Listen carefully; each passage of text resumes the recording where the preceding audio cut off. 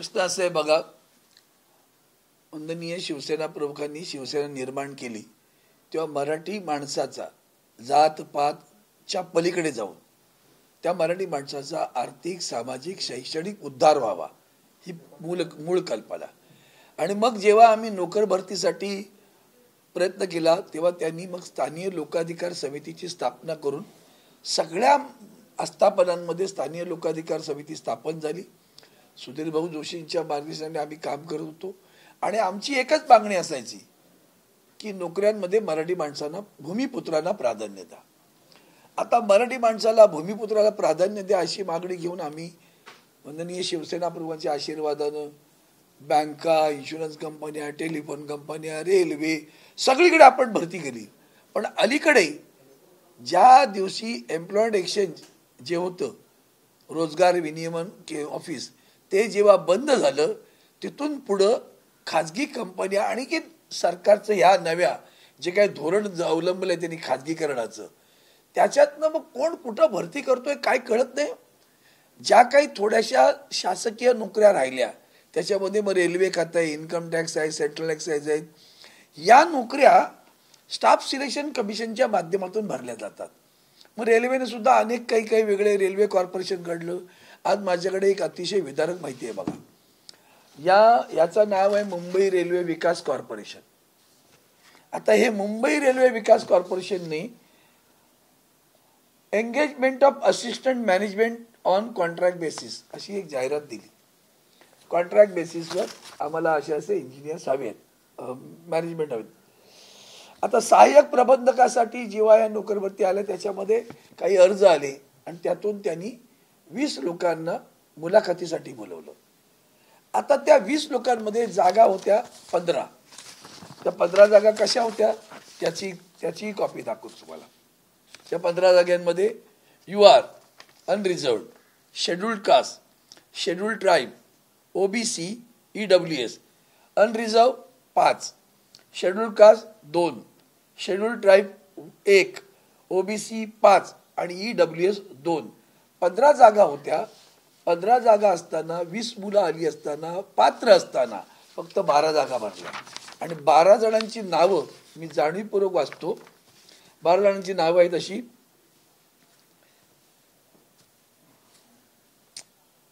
Light तुमचा, हेमंत तिवारी, अतुल चोपडा, शुभम श्रीवास्तव, मोहम्मद सिद्दीकी, संदीप सिंह, प्रल्हाद गुर्जर, कमल किशोर, गोपाल मौर्य, मनीष कुमार पटेल, शशिकांत वर्मा, प्रदीप कुमार, विशाल कुमार. यातला एकही मुलगा ना महाराष्ट्राचा आहे ना मुंबईचा आहे. म्हणजे मुंबई विकास रेल्वे विकास कॉर्पोरेशन मुंबईच्या रेल्वेचा विकास करायचा आहे, जाळ्याचा, रेल्वेच्या जाळ्याचा. ठरवणारे कोण? Assistant manager. बघा तुम्हाला महाराष्ट्रात एकही माणूस नाही मिळाला लायक. हे जे चित्र आहे हे चित्र अलीकडे इन्कम टॅक्स मध्ये घडलं. इन्कम टॅक्स मध्ये मल्टी टास्क सर्व्हिसेस म्हणून अशी मुलं भरती केली आणि काही टॅक्स असिस्टंट. पहिली भरती झाली 5,000 लोकांची. 5,000 मध्ये फक्त 5 मुलं मराठी आहेत. आणि आता गेल्या 15 महिन्यापूर्वी एक भरती झाली त्याच्यामध्ये 1200 मुलं भरली, त्याच्यामध्ये 3 मुलं मराठी आहेत. काय आमचं राज्य सरकार आहे बघा. मराठी माणसांवर कुठल्या क्षेत्रात अन्याय करायचा शिल्लक राहिला नाही. आणि म्हणून एका बाजूला बेरोजगाराची प्रचंड संख्या, कोट्यावधी लोक बेरोजगार होते देशभरात. कंपन्या तुम्ही खाजगीकरण करून बाहेर लोकांना नोकऱ्यातून काढताय. अनेक कंपन्या बंद पडतायत. कोविडमध्ये बंद पडलेल्या कंपन्या पुन्हा सुरू झाल्या नाहीत. अशा वेळेला ज्या काही संधी उपलब्ध आहेत त्या भूमिपुत्रांना त्यांच्या तोंडाला पानं पुसण्याचं काम या ऑर्डरमधनं आपल्याला दिसेल. आणि मग याविरुद्ध आवाज उठवला का तुम्ही संकुचित, म्हणजे आम्हाला आमच्या महाराष्ट्रात लायक उमेदवारच नाही असं तुम्हाला म्हणायचं आहे का? आणि याच्या विरोधात मी आज पत्र लिहिलंय त्यांना कॉर्पोरेशनला की या यामध्ये एकही मुलगा महाराष्ट्राचा मुलगा मुलगी कोणी महाराष्ट्राचं का नाही याचं उत्तर आम्हाला पाहिजे. खरं तर मुंबई रेल्वे विकास कॉर्पोरेशन आहे बरं का. इन्कम टॅक्सचं मुख्यालय इथं आहे आपल्याकडे. 5,000 ज्याला एकालाही इथली स्थानिक भाषा अवगत नाही, त्यातली इथला भूगोल माहिती नाही, याचा इतिहास माहिती नाही, इथलं समाजशास्त्र माहिती नाही, अशी माणसं आपल्याकडे येणार आणि अखंड ऑफिस परप्रांतीयाने भरलेलं असणार. हे या केंद्र सरकारची महाराष्ट्राला दिलेली आणखीन एक देणगी. आधीच उद्योग पळवली असलेल्या उद्योगात सुद्धा मराठी माणसाला नोकऱ्या ठेवल्या नाहीत, असा कारभार या देशात. म्हणून म्हणतोय, एका बाजूला दुर्दैवानं वातावरणातील बदलामुळे सुद्धा संकट आहेत, शेतकरी तर आहेच, म्हणून अस्मानी आणि सुलतानी असं संकट महाराष्ट्रावर आहे. अस्मानी संकटात शेतकरी उद्ध्वस्त होतोय, सुलतानी संकटात बेरोजगार उद्ध्वस्त होतोय. म्हणून मी आपल्यासमोर हे मांडलंय. या संदर्भात मी खरं तर लोकसभेत सुद्धा आवाज उठवत राहिलो, यावेळेला तर बोलूही देत नाहीत. आता रेल्वे राज्यमंत्री महाराष्ट्रातले आहेत, त्यांचं दुर्लक्ष आहे का? ते राज्यमंत्री आहेत, त्यांना कितपत अधिकार आहेत मला माहिती नाही, तरीही मी त्यांच्या कानी घातलेलं. म्हटलं बाबा याच्यामध्ये लक्ष घाला की हे भयानक प्रकार आहे, उन्मत्तपणा चालू आहे. अहो साधी गोष्ट सांगतो, आपल्या मुंबईच्या छत्रपती शिवाजी टर्मिनस म्हणजे पूर्वीचं व्हिक्टोरिया टर्मिनसला छत्रपती शिवाजी महाराज टर्मिनस नाव दिलं गेलं. तिथं मी त्या मुख्यालयासमोर सिंहासनाधिष्ठित, हे जरा इकडे तिथे पुतळा असेल तू घेऊन महाराज, एक सिंहासनाधिष्ठित पुतळा त्या मुख्यालयाच्या समोर बसवावा अशी मागणी केली. अशी मागणी लावून धरली, परंतु आज तागायत ती मागणी पूर्ण होत नाही. आणि मधल्या काळामध्ये त्यांनी छत्रपतींचा पुतळ्याची ऑर्डर दिली, पुतळा तयार झाला आणि मला कळवलं तो पुतळा मागे बसवणार आहेत, तेही नंतर रद्द झालं. पुतळा रेल्वेच्या गोडाऊन मध्ये आहे. छत्रपती शिवाजी महाराज के आशीर्वाद भाजप के साथ अशी घोषणा देणार हे सरकार. तो नको, असं घोषणा देणारे मी तुम्हाला दाखवतो एक मिनिट.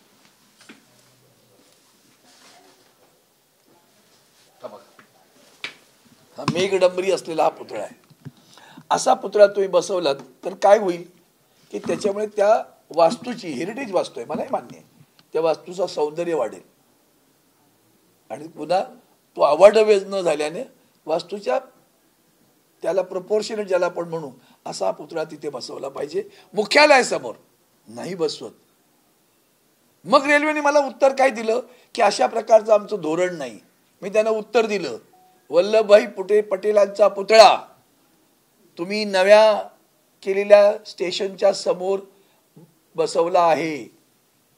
एक म्युरल सुद्धा भिंतीवर बसवलंय वल्लभभाई पटेलांचं. विश्वेश्वरायांचा पुतळा दक्षिणेतील स्टेशनवर बसवलेला आहे. छत्रपती शिवाजी महाराजांचा पुतळा बसवता येत नाही का? म्हणजे महाराष्ट्रावर कसा कसा अन्याय चाललाय त्याचं हे चित्र आहे. मराठी माणसाला उद्ध्वस्त करणारे सरकार उद्या आपल्याला उद्ध्वस्त करावं लागेल, तरच आपल्याला न्याय मिळेल. सर, एकनाथ शिंदे आणि राज ठाकरे यांची आज भेट झालेली आहे आणि या भेटीनंतर अनेक राजकीय चर्चा होतात की पुन्हा ठाकरे ब्रँड जो आहे तो शिंदेंना सोबत हवा आहे किंवा वोट कटर मनसे भविष्यामध्ये ठरेल असं वाटतं का? मला असं वाटतं लोकांना एक एंटरटेनमेंट म्हणून इव्हेंट मॅनेजमेंट असते ना, तसे काही लोकांचा इव्हेंट पाहायला मजा वाटते, पण त्याच्यामुळे मतांमध्ये परिवर्तन झालेलं तुम्हाला आजवर दिसलं नाही. सुरुवातीला लोक भुलली म्हणून थोडे आमदार आले, पण त्यानंतर त्याचा परिणाम काही झाला नाही. दुर्दैव आहे महाराष्ट्राचं.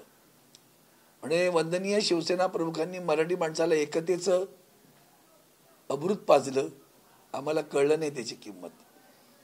आणि म्हणून आत्ता द्वेषाची मुळं बीज पोरणाऱ्या लोकांसोबत ती विषवल्ली येते ना, आत्ता ती द्वेषाची बीज बीजेपीने या देशात पेरलेली आहेत. त्या द्वेषाच्या बीजाची ती गोड फळं तिकडे सत्ता भोगतायत सध्या. गोड आहे की कडू आहे ते तुम्ही ठरवायचं. आणि अशा लोकांनी काय केलं त्याच्यावर काय आपण भाष्य करण्याची गरज आहे असं मला वाटतं. लोकांनी ठरवलेलं आहे की आदरणीय उद्धवजी ठाकरेंसारखा एका सज्जन मुख्यमंत्र्यांवरच्या पाठी सुरा खुपसून ज्या लोकांनी सरकार स्थापन केलं त्या गद्दारांना धडा शिकवायचाच आहे असं लोकांचा मानस आहे.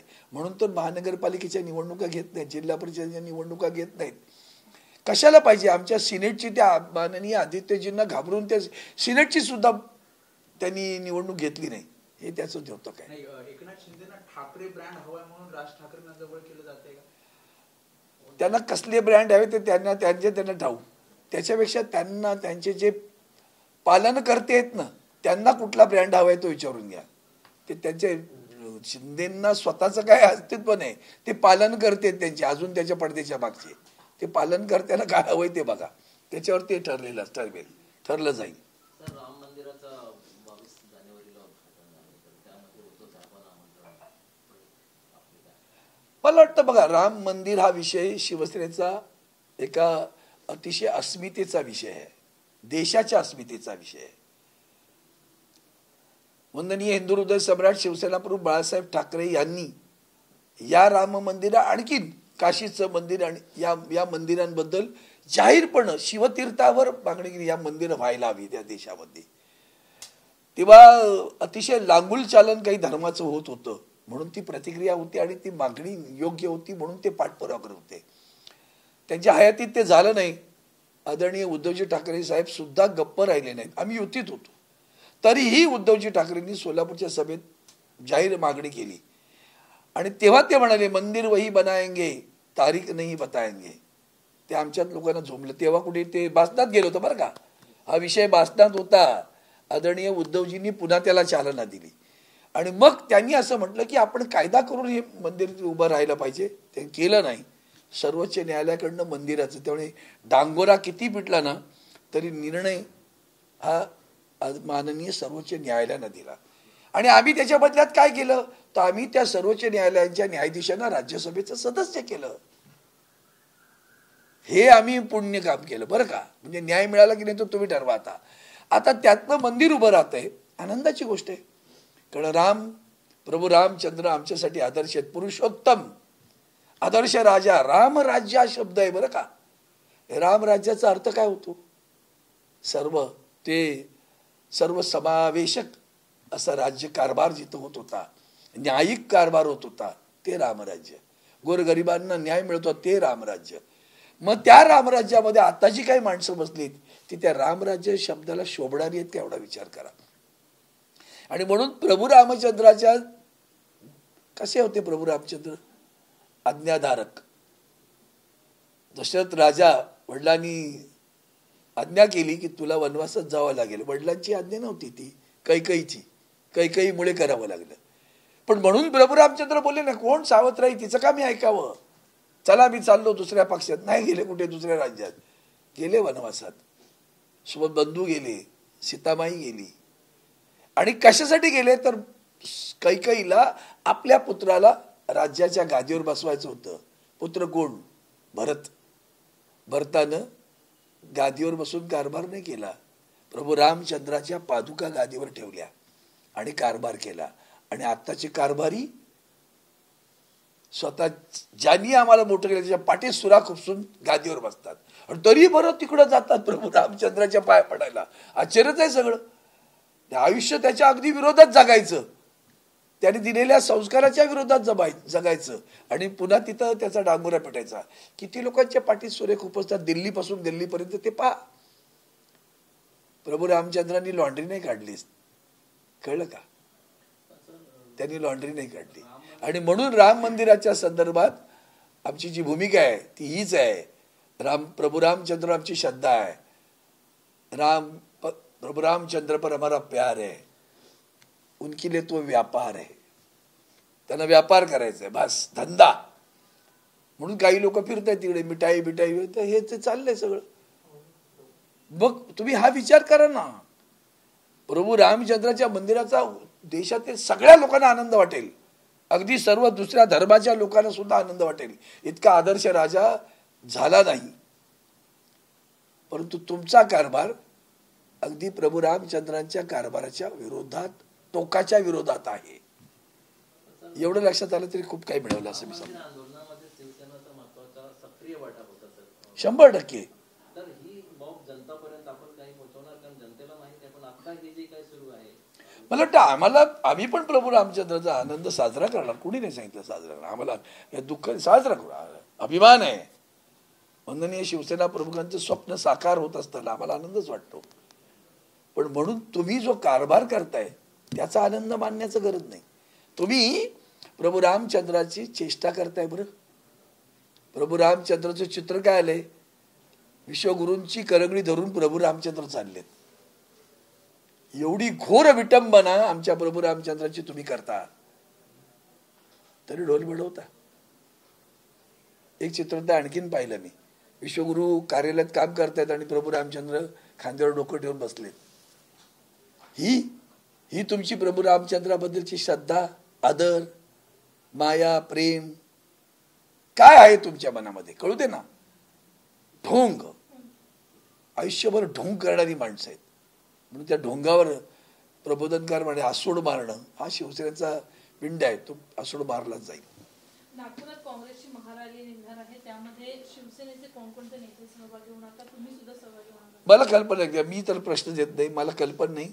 आदरणीय उद्धवजींकडे असं काही निमंत्रण आलं असं मला माहिती नाही. आलं होतं. मोदीजी 12 तारखेला नाशिकला येत आहेत आणि गेल्या काही महिन्यांमध्ये जर आपण बघितलं त्यांचे महाराष्ट्रातले दौरे फार वाढलेत. कुठेतरी निवडणुकीपूर्वीच्या वातावरणाला सुरुवात झालेली आहे. असेल, कारण त्यांचं तेवढंच आहे ना. मी आत्ताच म्हणालो, आयुष्यभर इलेक्शन मोडवर असतात सगळी माणसं. बाकी दुसरं काही त्यांच्यासमोर नसतं. सत्ता हे एकमेव ध्येय त्यांचं आहे. म्हणून वंदनीय शिवसेना आम्ही सत्तेसाठी नाही, सत्यासाठी झगडणारे लोक आहोत.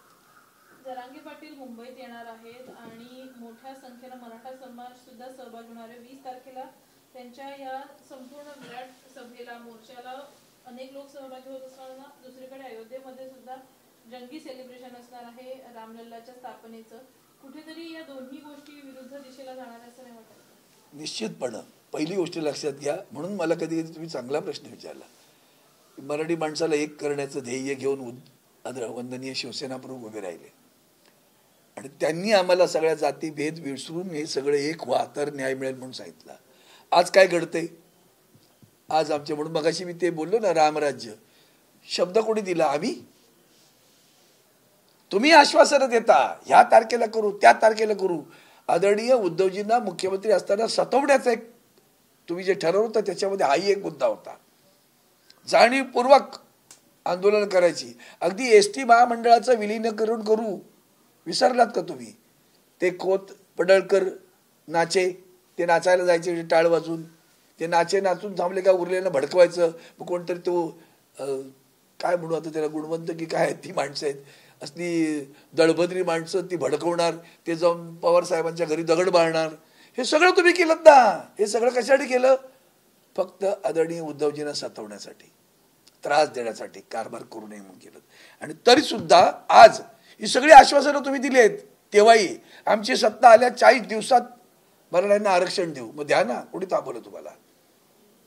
तारीख पे तारीख, तारीख पे तारीख, तारीख पे तारीख चल रहा है भैया. आणि मग दुःख कशाचं आहे? आरक्षणाचं दुःख आहेच, न्याय देत नाही म्हणून.